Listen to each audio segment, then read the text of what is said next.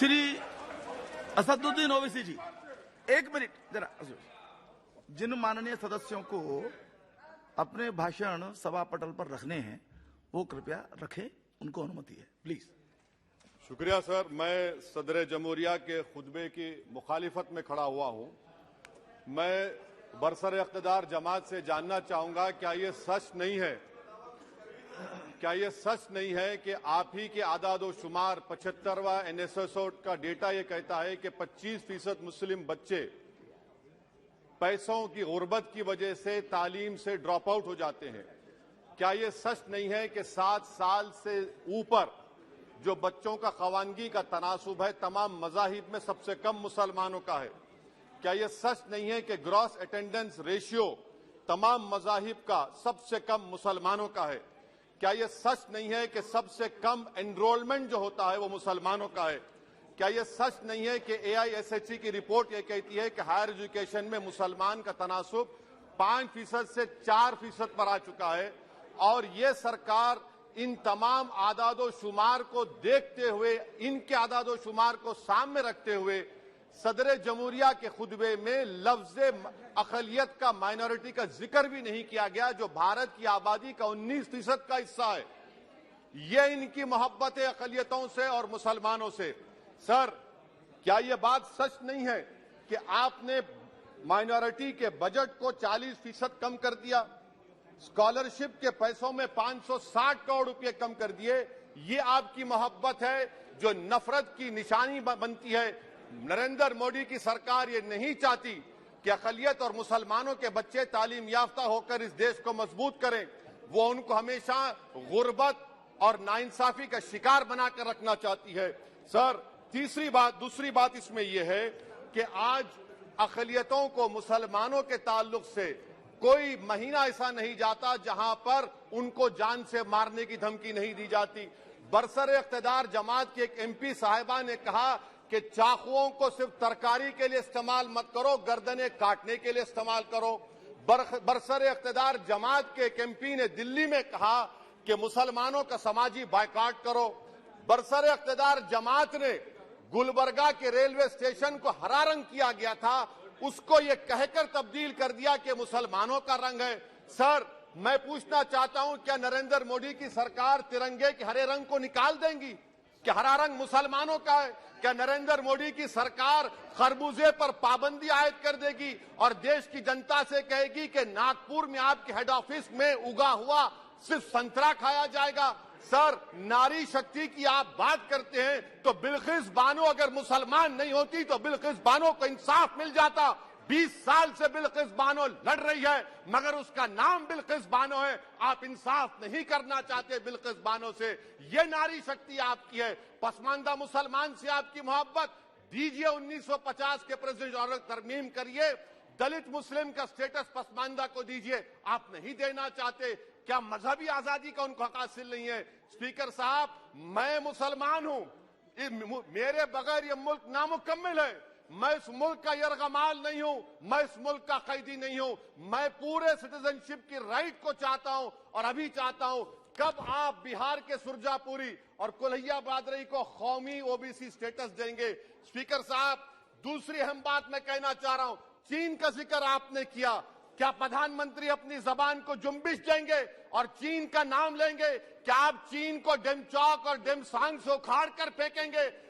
DGP conference में chairman साहब कहा गया कि 65 पेट्रोलिंग पॉइंट में से 26 पेट्रोलिंग पॉइंट पर भारत की फौज पेट्रोलिंग नहीं कर सकती है।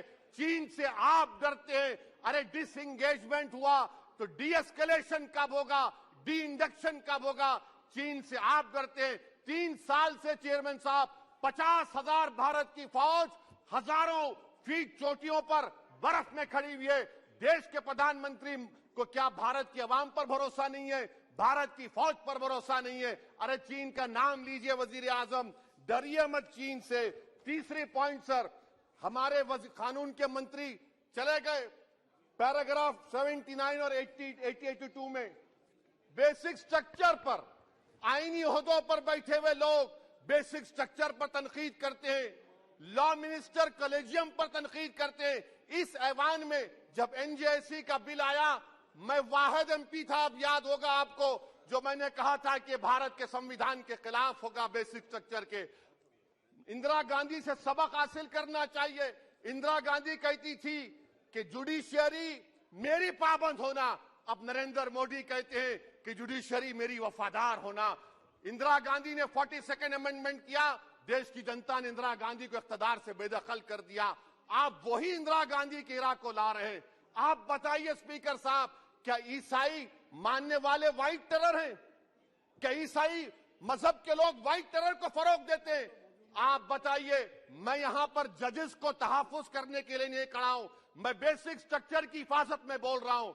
मैं अदलिया की आजादी के लिए खड़ा हूं, मैं एग्जीक्यूटिव की आजादी के लिए खड़ा हूं, लेजिस्लेचर की आजादी के लिए खड़ा हूं। चेयरमैन साहब, कोर्ट का काम ये नहीं है, जजेस का काम ये नहीं है कि नरेंद्र मोदी सरकार की मदद करे। अदलिया का काम यह है कि इस देश की कमजोर और मजलूम आवाम से इंसाफ किया जाए। चौथा पॉइंट स्पीकर साहब, यहां पर एक बड़े सरमाएदार का जिक्र किया गया है। क्या यह बात सच नहीं कि कांग्रेस और बीजेपी ने ओलिगार्क्स को पैदा किया? आप दोनों ने मिलकर ओलिगार्क्स को पैदा किया। आज इसी वजह से 60% मुल्क की दौलत 1% जनता के पास है। आप दोनों ने बैठकर मलाई खाई और गरीब और नौजवान पिस रहा है। अरे बताओ, ये जो 28 लोगों की लिस्ट है जो देश का पैसा खाकर भाग चुके हैं या बैठे हुए, उसमें कोई मुगलों का नाम है क्या? कोई मुगलों का नाम नहीं है, मगर आप उस पर कुछ नहीं बोलेंगे।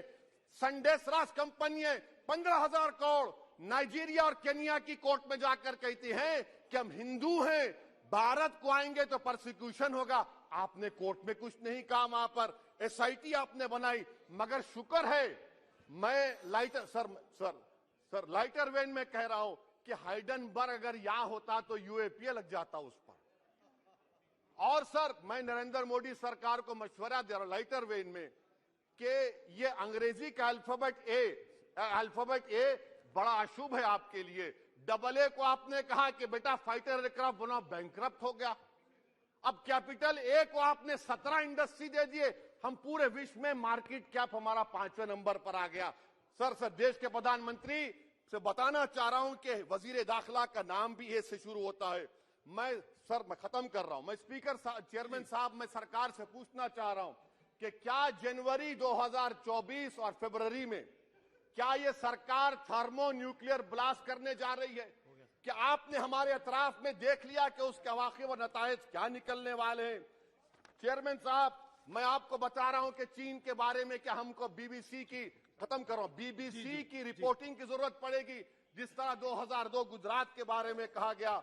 स्पीकर साहब, अकलियतों के बारे में, मुसलमानों के बारे में एक शायर ने कहा था, आग से आग बुझाने को कहा जाता है, जख्म पे जख्म खाने को कहा जाता है।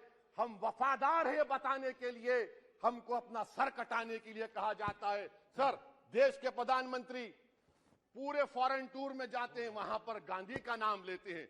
मुझे अप्रीहेंशन, खदशा इस बात का है कि इस देश में 2 बाबा कौम हो जाएंगे, एक सावरकर होगा और एक सौतेला बाबा कौम। कहीं आप महात्मा गांधी को ना बना दे तो सर मैं खत्म कर रहा हूं सर। इसीलिए मैं आपके जरिए से हुकूमत से मुतालबा करता हूं कि प्लेसेस ऑफ वर्शिप एक्ट को डिस्टर्ब ना किया जाए, मुसलमानों का अक़लियतों का बजट बढ़ाया जाए, बिल्किस बानो से इंसाफ करिए, चीन से मत डरिए प्रधानमंत्री, चीन को कार्ड पर फेंकिए। शुक्रिया सर। सीमित समय लीजिए प्लीज, क्योंकि रिप्लाई भी होने आपको पता है।